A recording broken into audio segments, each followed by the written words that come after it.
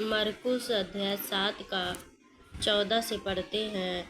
तब उसने लोगों को अपने पास बुलाकर उनसे कहा, तुम सब मेरी सुनो और समझो।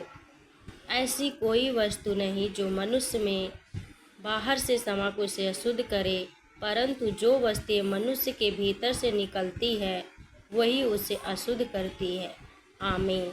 प्रभु यीशु अपने लोगों से कहता है कि आओ मेरे पास, अपने पास बुलाकर लोगों से कहता है कि तुम सब मेरी सुनो और समझो। जो मैं कहता हूँ उसे सुनो और समझो।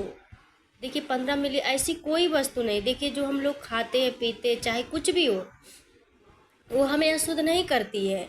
लेकिन यहाँ साफ कहता वचन कि ऐसी कोई वस्तु नहीं जो मनुष्य में बाहर से समाकर उसे अशुद्ध करे, परंतु जो वस्तु मनुष्य के भीतर से निकलती वही उसे अशुद्ध करती है।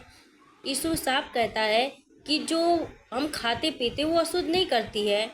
लोग कहते कि ये चीज़ ना खाओ, ये चीज़ नहीं खाओ, ये सब मना है, लेकिन बाइबल कहती है कि परमेश्वर ने सब भोजन को शुद्ध ठहराया है।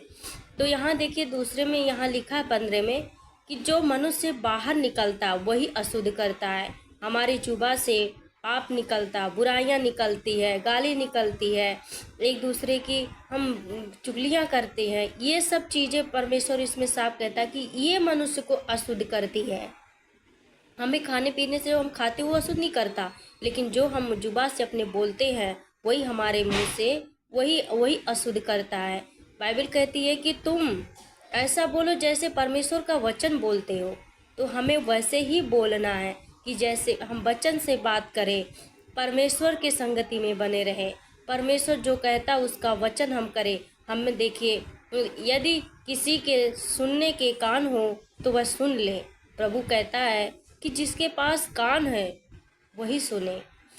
हम लोग वचन सुनते हैं पर ध्यान नहीं देते, तो इसका कान ना होने से मतलब होता है। जब परमेश्वर ने हमने कान दिया तो हमें उसके वचन को सुनना है।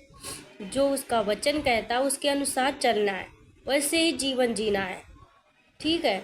मनुष्य अपने मुंह से, बाइबल कहती कि जैसा वह पवित्र है वैसा तुम भी पवित्र बनो।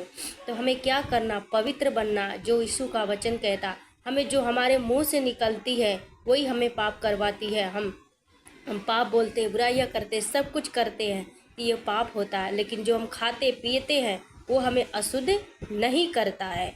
तो बाइबल कहती है कि यदि किसी के सुनने के कान हो तो वह सुन ले।